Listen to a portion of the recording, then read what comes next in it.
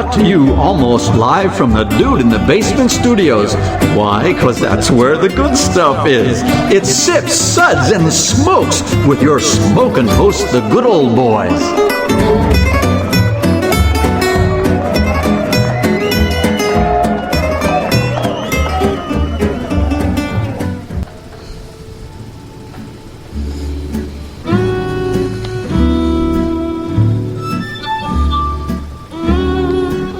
Now it's sippin' time. It is definitely sippin' time. Welcome to Sips, Suds, and Smokes. This is a Sips episode where everything good in life is worth discussing.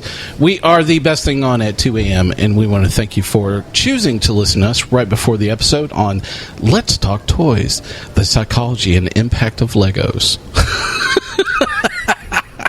I'm one of your hosts here at the table, good old boy Mike, and joining me at the table is good old boy Rush. Hello. And good old boy Paul. Hello. Now, I've known Paul since before my third gen came in, so it's a most difficult choice to say good old boy Paul. So, look, we're going to have to come up with a better stage name for you, man. So, I've gone through a few. So, my first choice was Wine Ninja, which you shot that down. So completely. Yeah. So your perennial favorite is CorkDork, right? Absolutely. Absolutely. So that is a choice that's in the offing, and or the most likely individual to know everything about bourbon, which I would call you Kentucky Paul, which is, it may stick. We'll see. We're in Tennessee. Yeah, okay, so, I'm sure we're going to find one that works here for you today. You were in Kentucky yesterday. Well, we were. Yeah, absolutely. Picking out some barrels. This and looked very much at home. Oh, sorry. Sips, Suds, and Smokes is sponsored by Craft Beer Kings. Craft Beer Kings, the home for all of your beer, wine, and mead needs. It's home of the mystery box. You can reach them at www.craftbeerkings.com.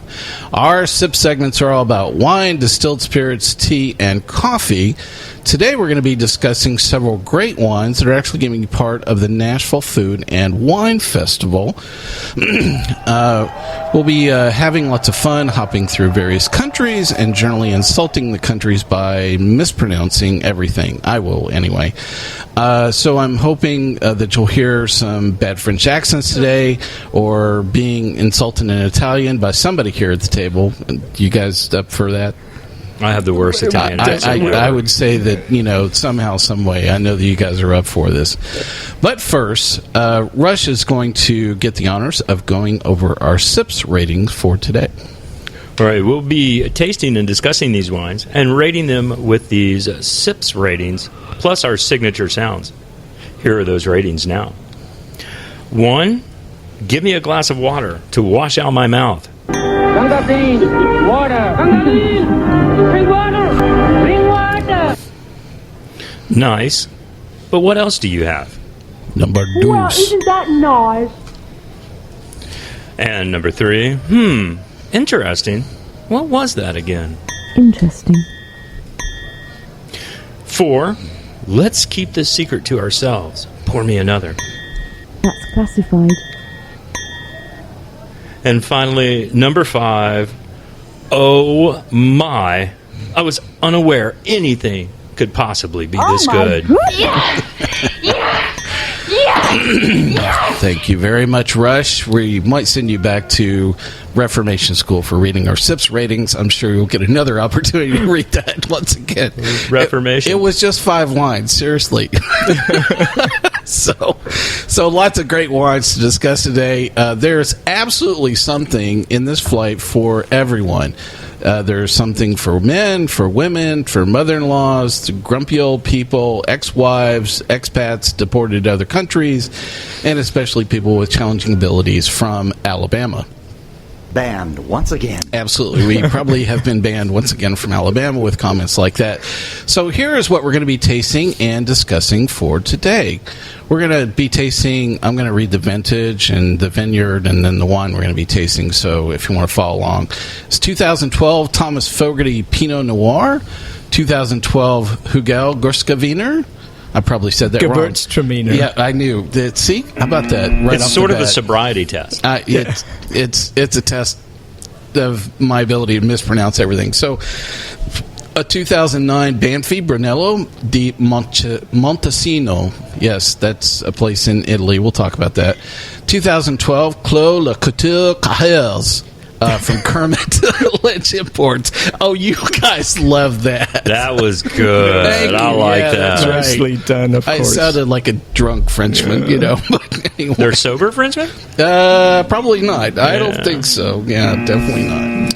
So, listen, we're going to take a minute to chat a little bit about the Nashville Food and Wine Festival for a bit. Can I correct you, please? Yeah, Nashville go ahead. Wine and Food Festival. Oh, I knew that I would screw that, yeah, because it is all about the wine first, It is about for the sure.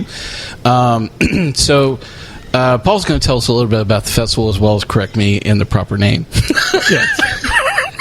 So, the second annual Nashville Wine and Food Festival is benefiting the Nashville Symphony.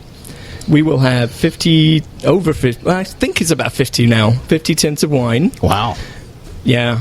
And each tent will have at least 5 bottles of different types of wines, up to 10. So we're looking at over 250 plus types of wines. We will have spirits as well. We will have lots of Nashville local restaurants with lots of nice food items. Cooking demos with Lissa Mays. We will have... Who's been on this show? Yeah. Oh, actually, no, Yeah. that's just fantastic. Yeah. Wine with Lisa, yeah. Yes. And then, well, she's cooking at this one. Yeah, she's cooking paella, Yes. yeah. She is the paella queen, Queen, yeah. she is. She did a fantastic job last year. We will have seminars on wine. Can I come and stand up and teach people how to mispronounce wines? Because that would be a funny thing. That wouldn't it? is my timeless skill. So this is how you don't say Gewurztraminer. It's all about your education, right? So, unfortunately, Paul, I did not get to go to this event last year, but I heard there had a lot of people that went that I had a great time. I mean, what kind of noteworthy things do you remember either from last year or that you're anticipating for this year? So, coming back to that, I think one of the most noteworthy things was that a number of people came back to us and go, thank you for hosting this event or having the event. That would be me at the front of that line. Yes. Thank you, Paul. There were comments of, this is the best event I've ever been to. And also our vendors were very happy. They were very happy because there was a lot of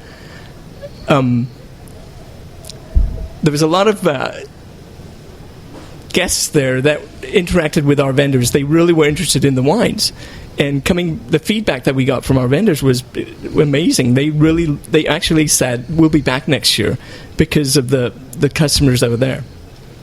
Well, I always think it's great when you have a great opportunity for people not only to enjoy great products like these wines, you have great food from Nashville area restaurants that are going to be here as well. And, I think if I had to describe, this is a great excuse for people to make Nashville a destination for, the month of May, which, as far as I'm concerned, that is the best weather month, here in Nashville. And you guys are all shaking your heads and going, absolutely, yes. Yes, absolutely. I mean, we just, it's great spring weather. And there's a lot of festivals in Nashville. I mean, there's a bunch. And there's actually other wine events.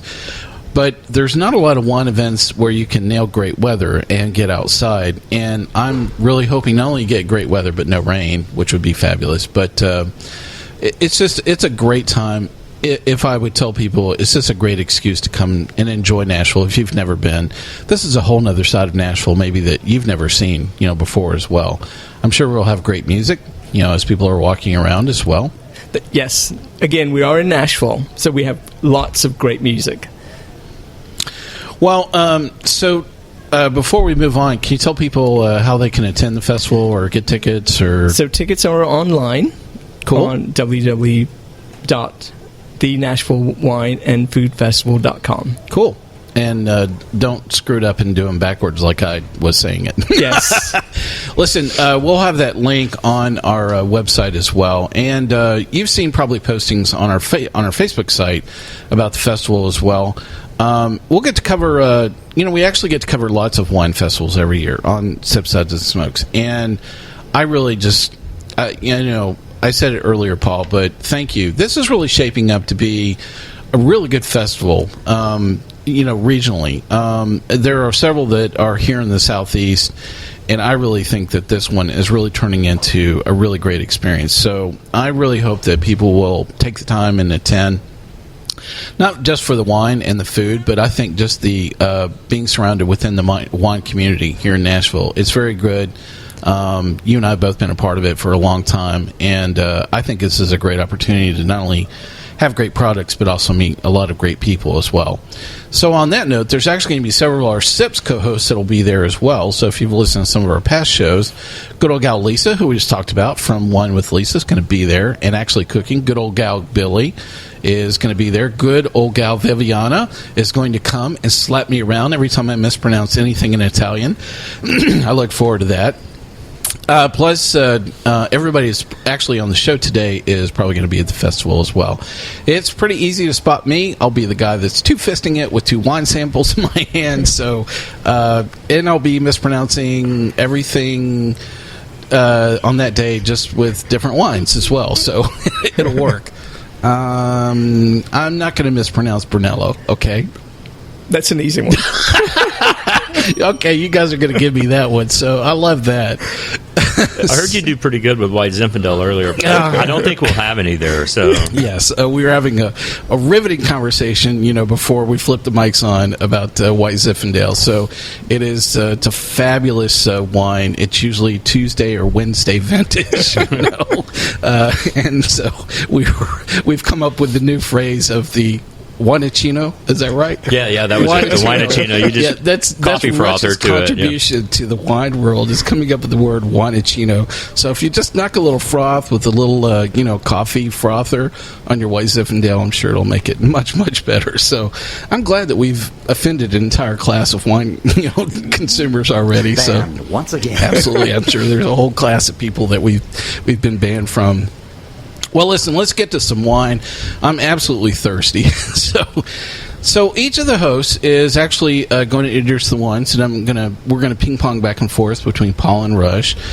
We have 4 wines to go over here today. They're going to introduce the wine. They're going to talk about their tasting notes. They're going to rate the wine, and then we'll circle around from radio left to right. You actually don't even know which way we're headed. So it's a radio show, so I don't know what I'm talking about. So listen, we're going to start off with the white wine in the flight, which is the Gewurztraminer. Rush is going to introduce the wine properly and tell us all about this. All right, so first wine we're going to have is the Hugel Gewurztraminer. It's from Alsace. You say Hugel? I say Hugel, because I just love the way that the French lose their H. Okay, all right. You're right. The H is silent. It's the only other place we're going to give you that one, even though, we'll see if you say Gewurztraminer correctly. But it makes things like Henri sound so great, if you just drop the H. So, and so here's your completely useless fact on Gewurztraminer. In the New World, it is the most successful in New Zealand. Which... Nobody knew that. I had no idea. How about Very that? rarely will Completely you even see a Gewurztraminer from New Zealand. It's so popular they never even let it out of the country. Cool. So tell us all about this wine. Okay. So it's really an Alsace where you get the aromatic expressiveness of this variety, where it just really gets to the peaks that it gets here. It's spicy. It's got a suaveness to it. It's great by itself. It's good with a lot of different kind of foods. For me, I really like it with spicy foods. When you think about a Thai dish that's got a certain creaminess from a coconut milk, it pairs up fantastically. It's got a sweet nose, which will sometimes throw people off because they assume that it's going to be sweeter. They've had some from the New World where they are sweet, but a Gewurztraminer from Alsace, almost always bone dry. Great acidity to it. And another random fact, if you have to have something with Thanksgiving dinner and you're only going to have one, Gewurztraminer is absolutely fantastic. Oh, yeah. I would definitely say it's either this or the Oh crap! What's the red that releases at Thanksgiving? Beaujolais The Beaujolais Nouveau. Wow. Yeah. I can't believe I forgot that.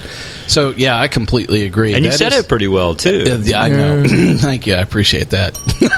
So 1 out of 2 is not bad. I'm batting 50%. Do I get a free door prize? I get a free wine frother? Absolutely. Absolutely, yeah, we'll do that. Good. I'm glad. And I'll let you run around with the 2 glasses at the festival. So I like that. That's the 1-2 punch for Thanksgiving. I agree.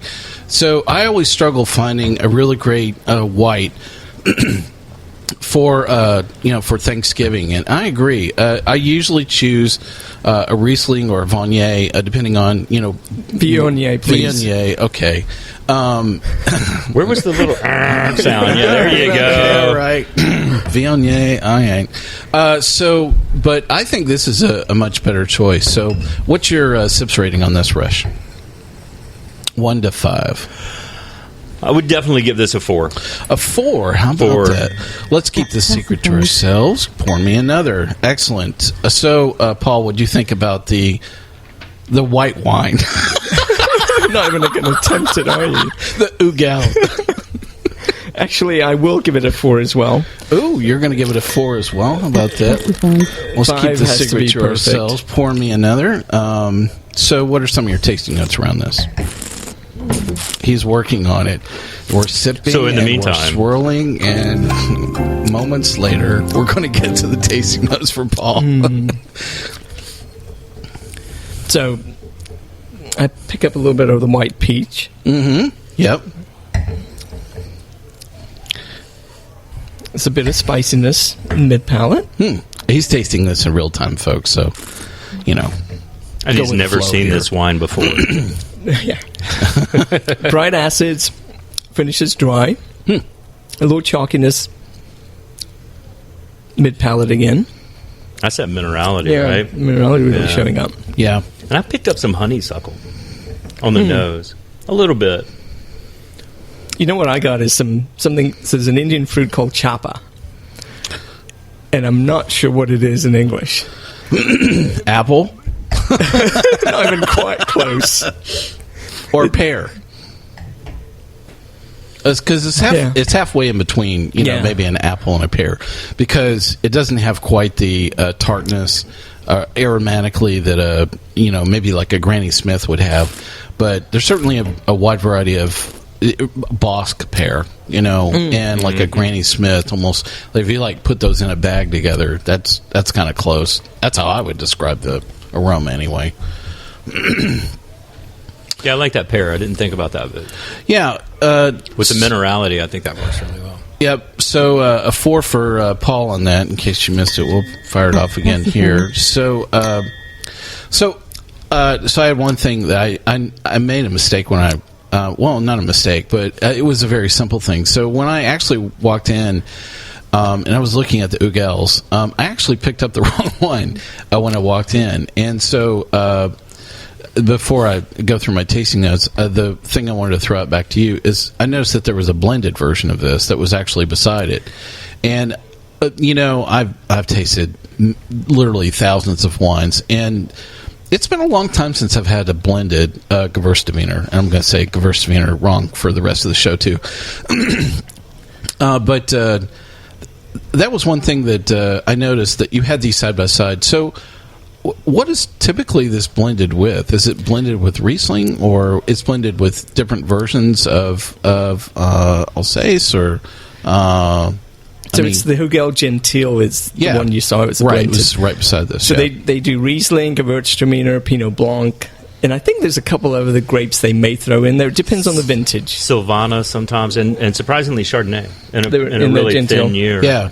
So that, I think that would be another interesting choice if you don't want a pure varietal, I guess, and you were looking for something that had maybe.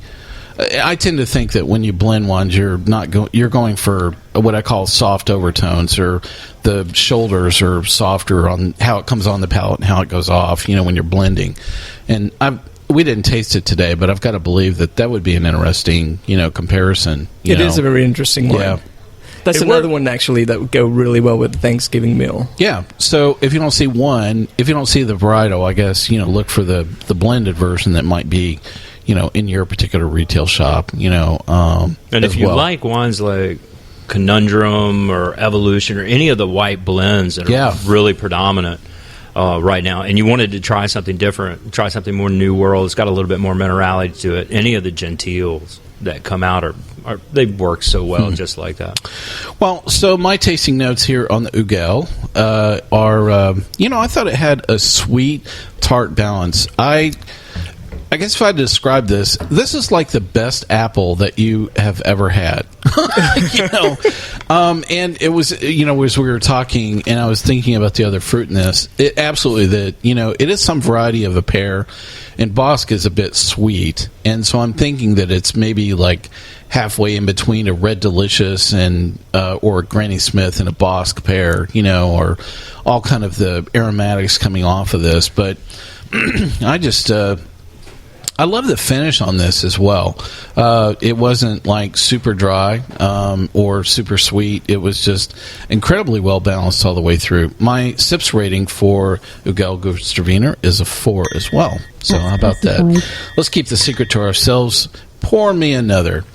Well, with that, you have smoked our first part of our show here, and we're going to take a quick break, and we'll be right back with more wines from the Nashville Wine and Food Festival. See, I said it right there, right? Perfect. We'll be right back.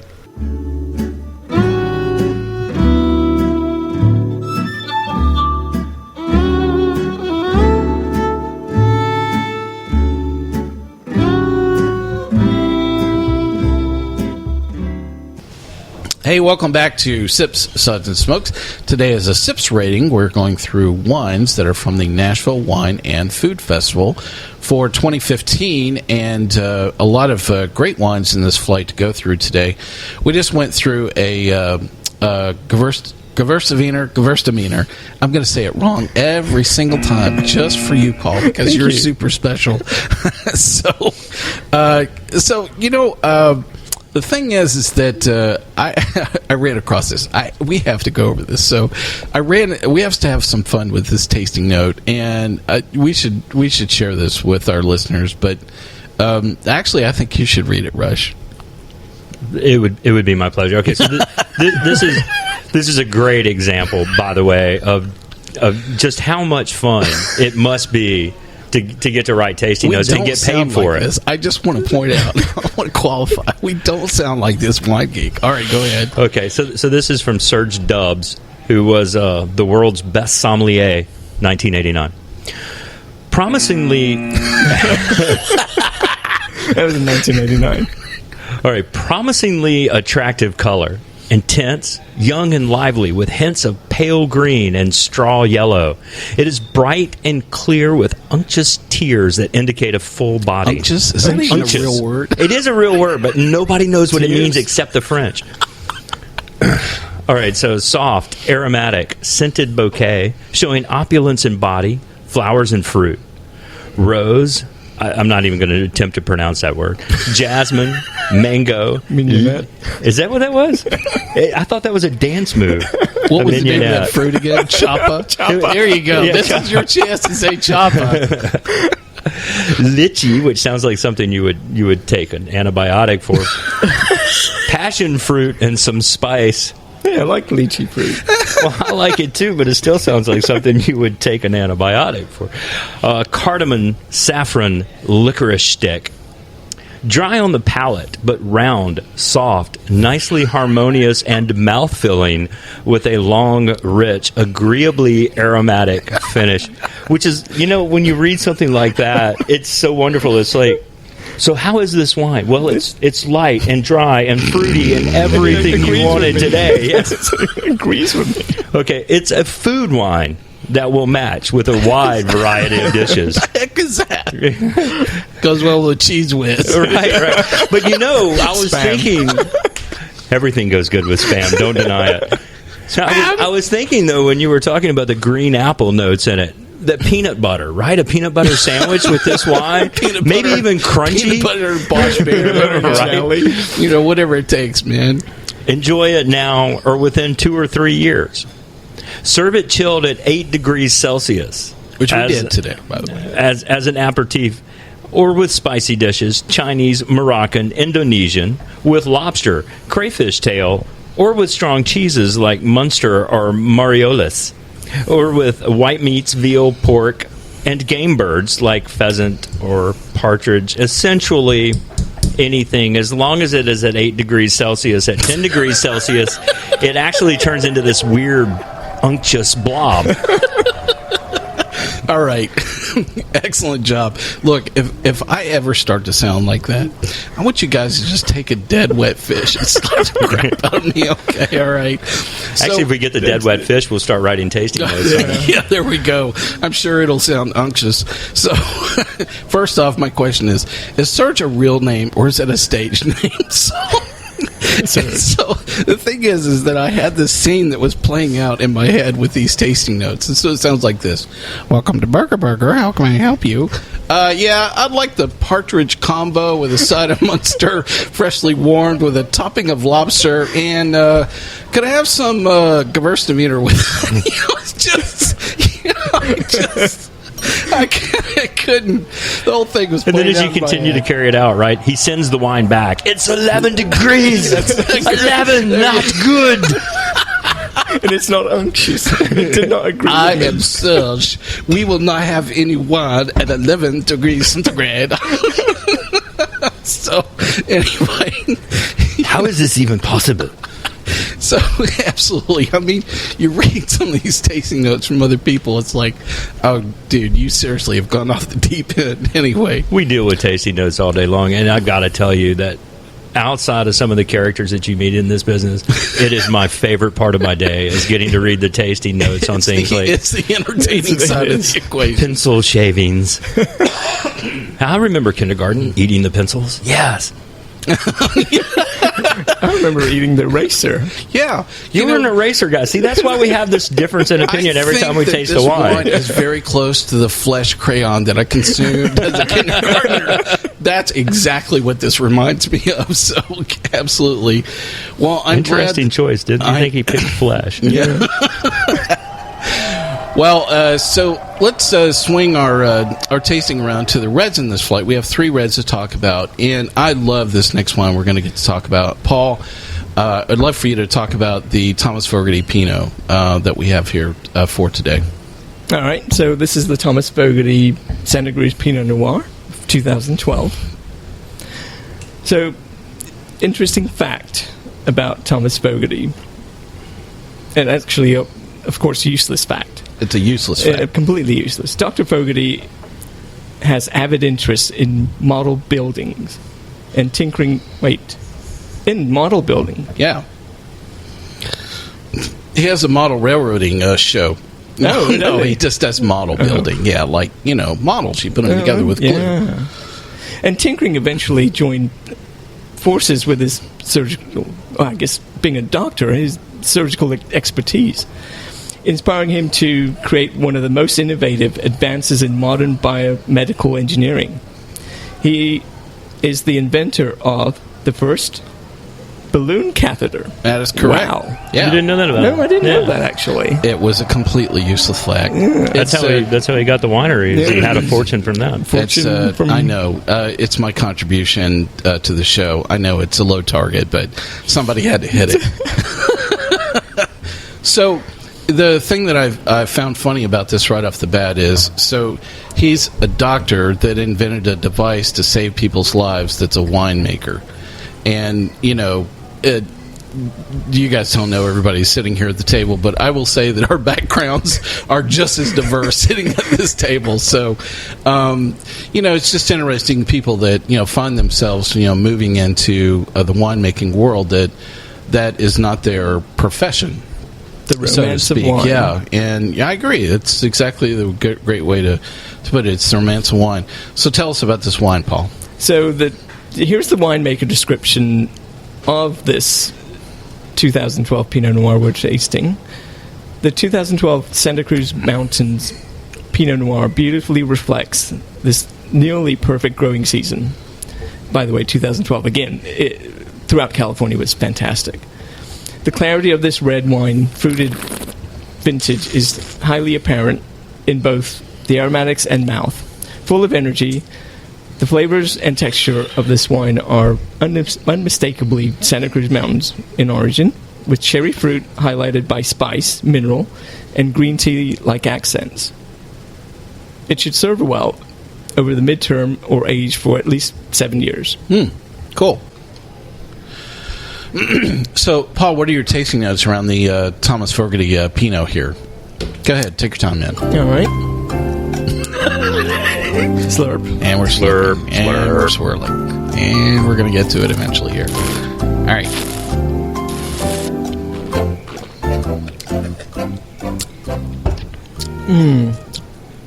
I'm getting a lot of red cherries,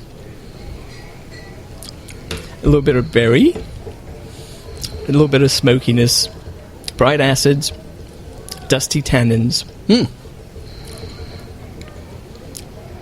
and a very dry finish. This wine will age for quite a bit. Cool. What's your sips rating on this? So I think I will have to give this a 4. A 4. How about that? Classified. Let's keep the secret to ourselves. Pour me a norther. And I think I would echo that sentiment for sure. So my tasting notes here on the Thomas Fogerty Pinot, the first thing I wrote down was, wow, California, eh? It's only 12.9% alcohol. Wow. Yeah. That's the other interesting part of this for sure. So we'll talk a little bit about the region here in just a second. So I just thought it had a really great balance. Very rarely do I write down the word. This is just like full Pinot.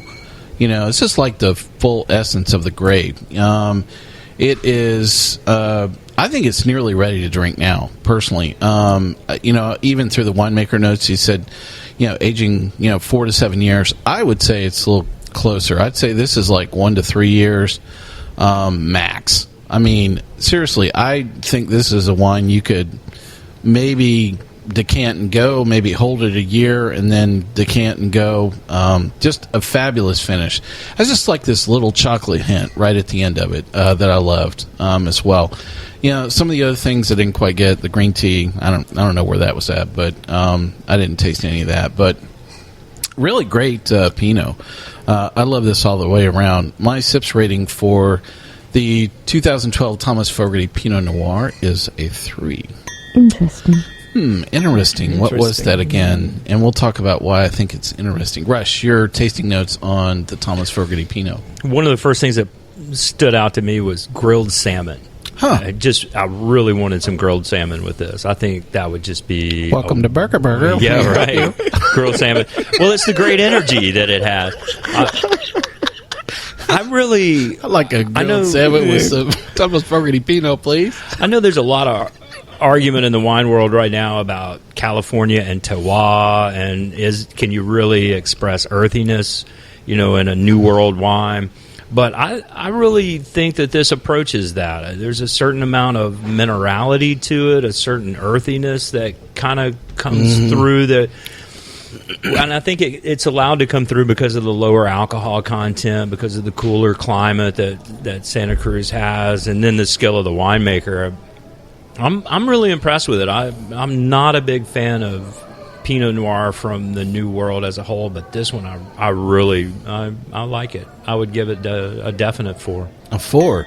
Let's keep the secret to ourselves. Pour me another. So we had an interesting conversation about this. When we talked a little bit about the intro, this literally I think is the one and only Pinot from Santa Cruz I've ever tasted. And wow, I mean, what a fabulous wine. So, I guess it's the way that I have things wired up in my head when I think about, climate and conditions and terroir. It's like the pinnacle to me is the Willamette Valley, and you start heading and then there's a little things through Russian River. And that has a very different taste profile, I think, for Pinot through the Russian River. And I think that probably my next stop would have been Paso Robles, and I've never seen anything, with this grape through Santa Cruz. And wow, what fabulous Pinot this is. So I'm hoping they just keep it a secret. Don't tell anybody.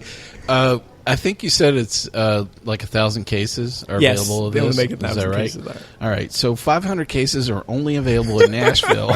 The rest of you chumps have got to go after this. So, yeah, I mean, just really quite surprising. It just, I really love the elegance around this as well, and the balance. Just fabulous Pinot. I really loved it. So I'm so glad that you brought this both to Nashville, but I think to other parts of the country as well. I would certainly say it's a great contribution, Paul. So thank you. Now, Thomas Fogerty will be at the Nashville Wine and Food Festival. Cool. So I'll get to ask him about his balloon catheter. That's and he'll exactly go, right. Will you sign my balloon catheter right here, right across my chest? This is, It saved me. Yeah. You saved my life. I'm gonna tattoo over it. Okay, just sign a little slow, man. Can you sign it to Bubba? Paul's gonna ask for wine ninja right across his chest.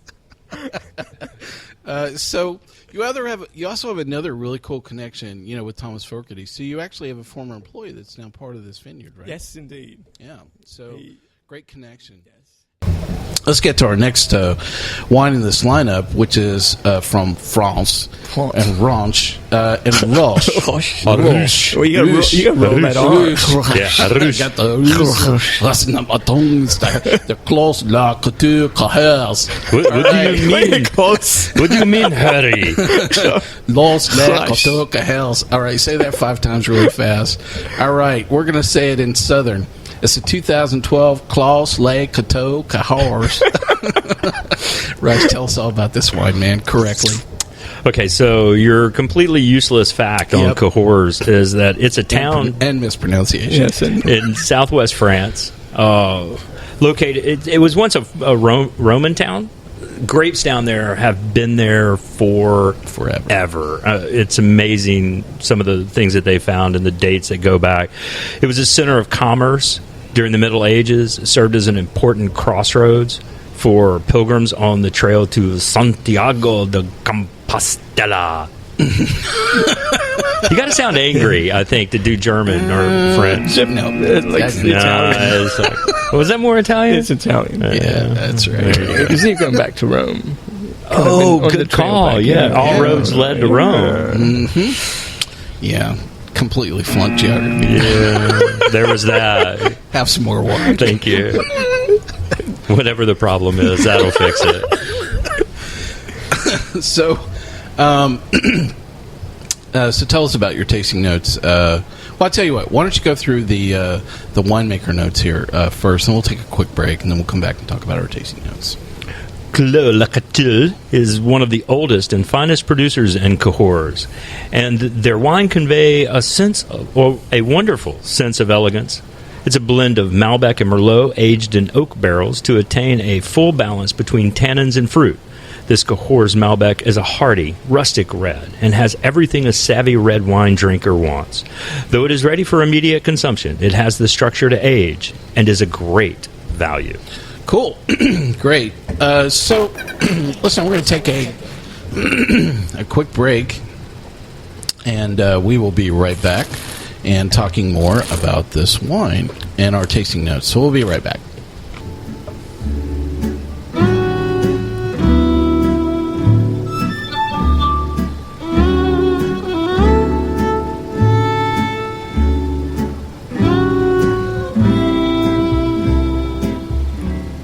Hey, welcome back to Sips, Suds, and Smokes. Today we have a Sips segment. We are talking about wines from the Nashville Wine and Food Festival for 2015.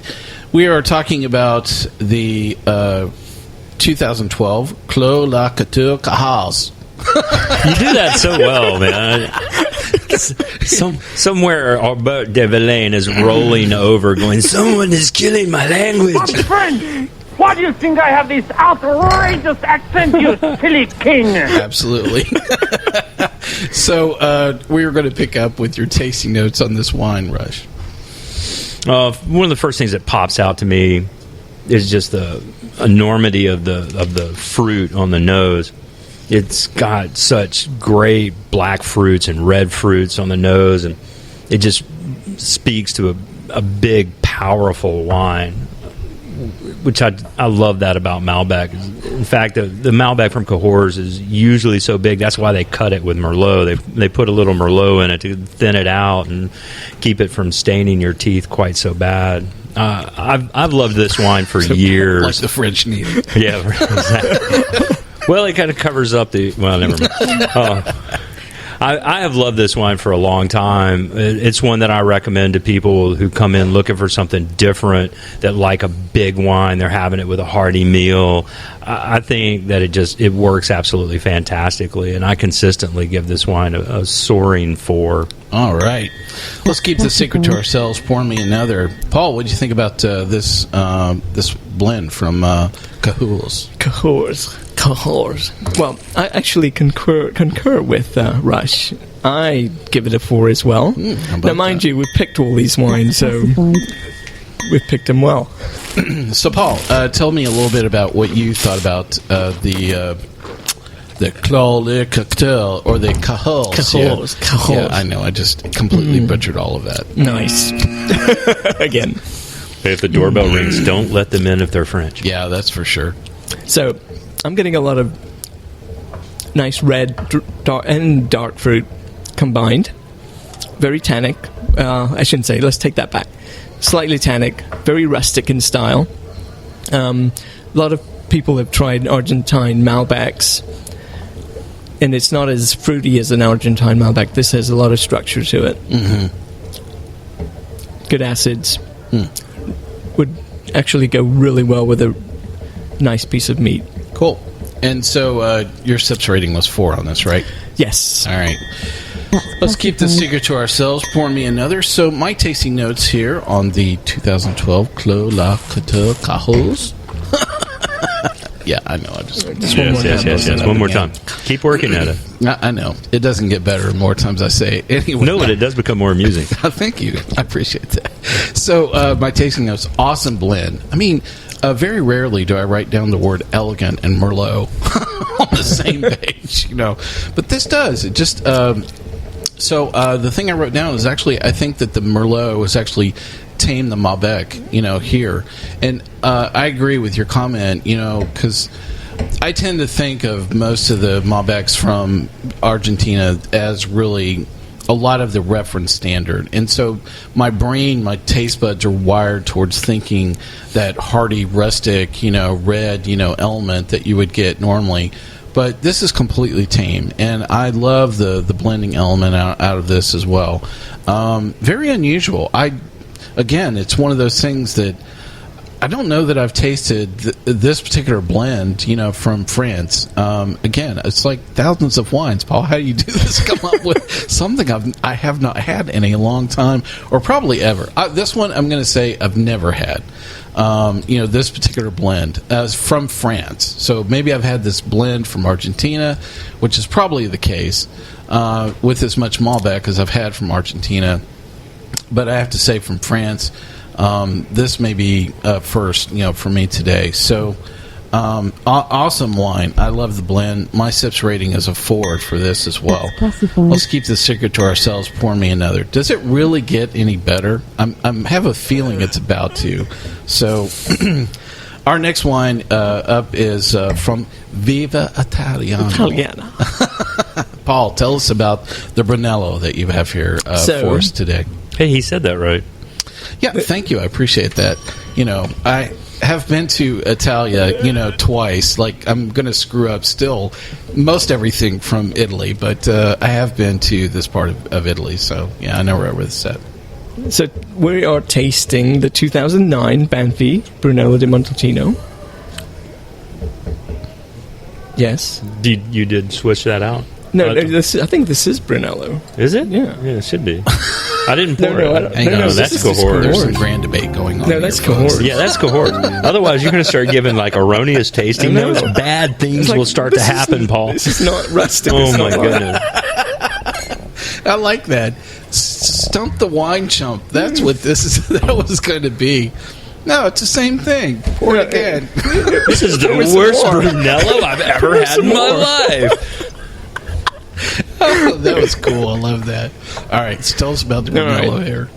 So I'm going to give you a useless fact, first of all. The current aging requirements for Brunello, which is made from the Sangiovese Grosso grape, which is the same Grosso, it's kind of the same grape, were established in 1998 and dictate that Brunellos are to be aged in oak for 2 years and at least 4 months in the bottle before release. Hence, you will always see backdated Brunellos. You'll never see a current 2012 or what have you. Winemakers who intentionally stray from these rules and regulations can possibly receive conviction and commercial fraud, accompanied by imprisonment and sentence up to 6 years. This happened several years back. Ah, Monsieur. You know those. Is that French? Yeah, that was bad French. Yeah. Decapitate. The Italians hang you out to dry, so that's the difference. Because the Italians don't know how to kill people, with a lot of flair. Oh, wait a minute! I don't want to be involved in this conversation you anymore. Have not done the grab good. The guillotine. Yes. This guy never saw the Godfather movies. I'm not comfortable with this anymore. I just want to make sure that everybody out there understands I'm distancing myself from that. Michael, bring me the good Brunello. Yeah, come on, from the good pulled pot. Not from the stuff that's not classical, okay? All right? All right. So what are your tasting notes here on the Brunello? So let's go over the winemaker comments first. Oh, okay, yeah, I'm sorry. So, a classic of our production.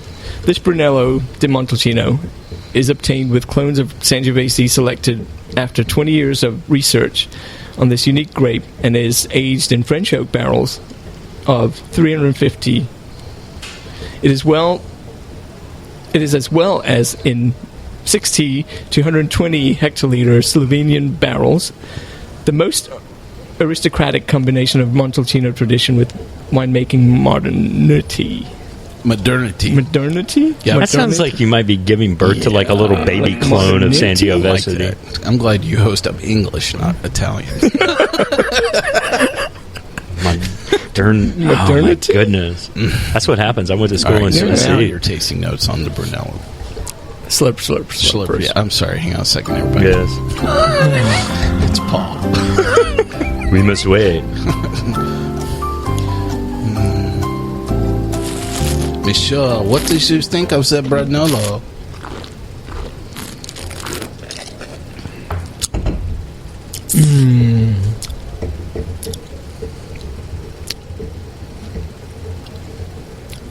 Still very young. Sucking me completely dry. The tannins are still a little aggressive, aren't they? A couple of ice cubes. Calm that right down. Only in Tennessee, right? Right. That's at the other festival. Not at this one.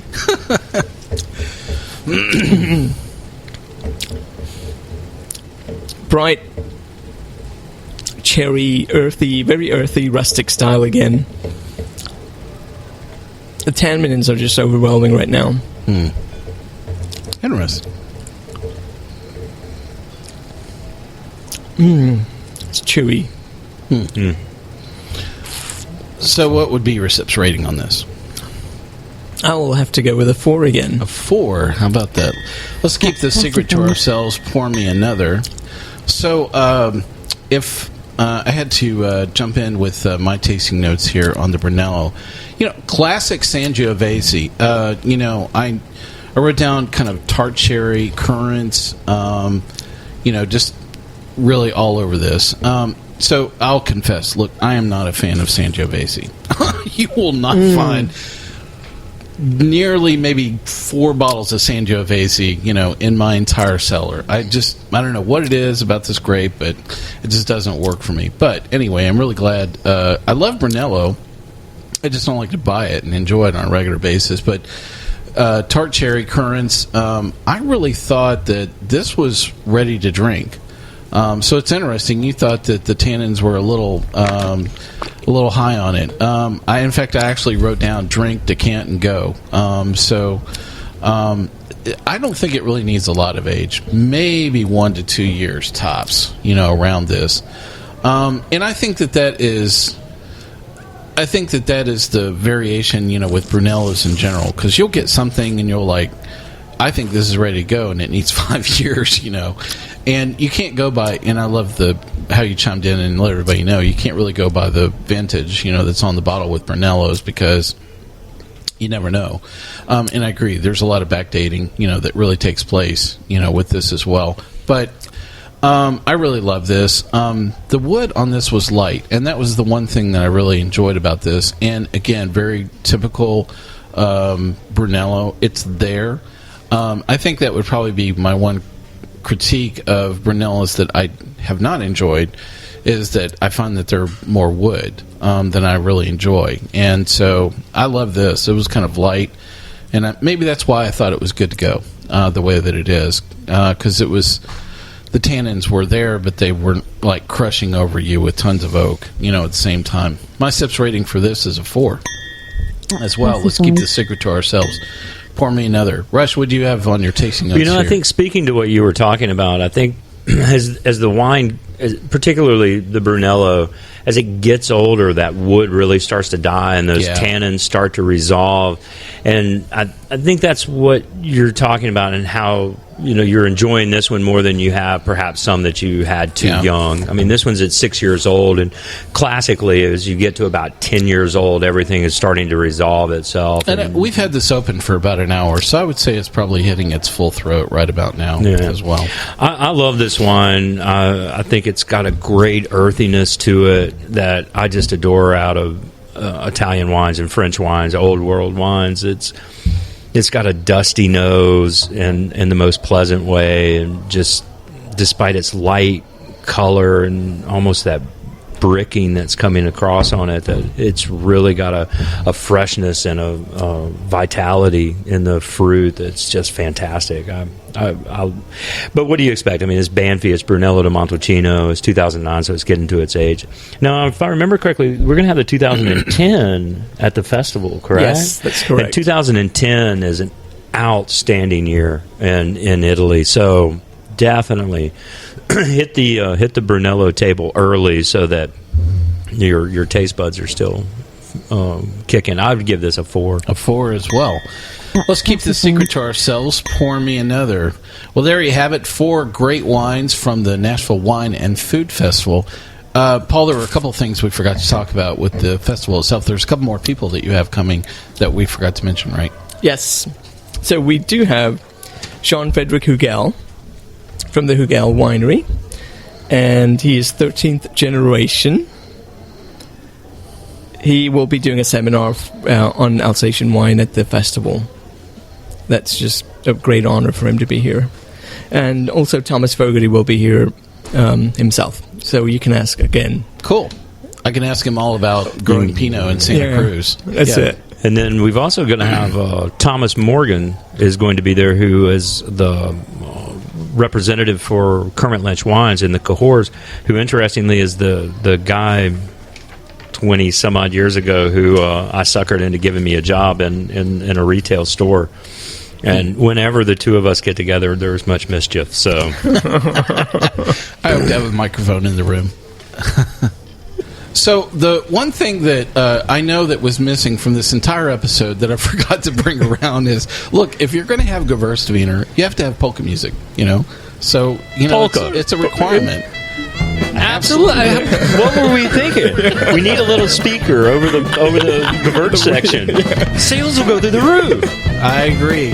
A little motion detector right over there. Right, and it starts at, and instead of the fish that flops, we'll have like the girl dancing, Well, let's close out our episode for today. Listen, thanks to all of our listeners on Sips, Suds, and Smokes. You can catch all of our episodes online on iTunes, SoundCloud, TuneIn, Stitcher, PRX, YouTube, The Wine Layer, which is where we're at today, and Spreaker, our native media host. Our terrestrial radio stations are questioning every single moment that I pronounce a French word. But listen, if you can get past that and you'd like to hear this show on your favorite radio station, send them a note, critique my French, and copy us as well. You can reach us online anytime at info@sipsudsandsmokes.com.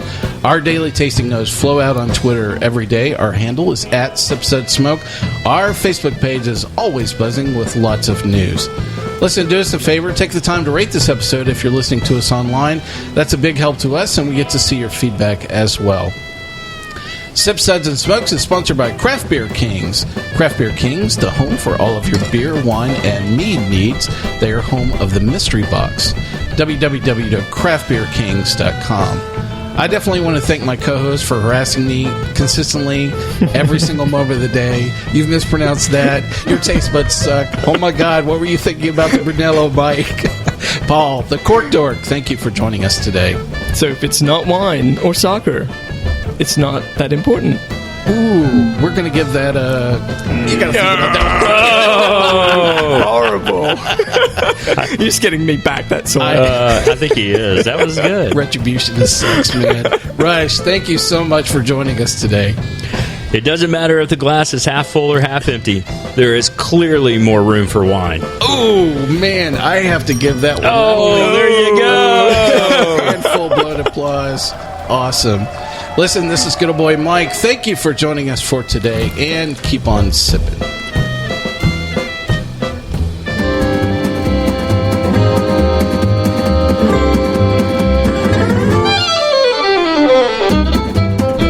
This has been a one-tan hand production of Sip Suds and Smokes, a program devoted to the appreciation of some of the finer slices of life. From the Dude in the Basement Studios, your hosts, the Good Old Boys, will see you all next time.